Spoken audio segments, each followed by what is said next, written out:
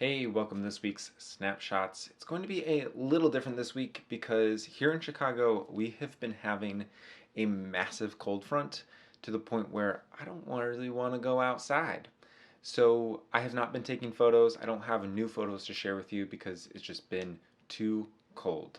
So I'm going to dig up some old footage from a trip out to Utah a couple years ago and some photos that I took there that have not been shared here on this channel. So they have been shared on Instagram a long time ago. Go ahead and check out my Instagram at I'm Aaron Ross. Also, Twitter, same thing, I'm Aaron Ross. And I'm now on Clubhouse at the same thing, I'm Aaron Ross.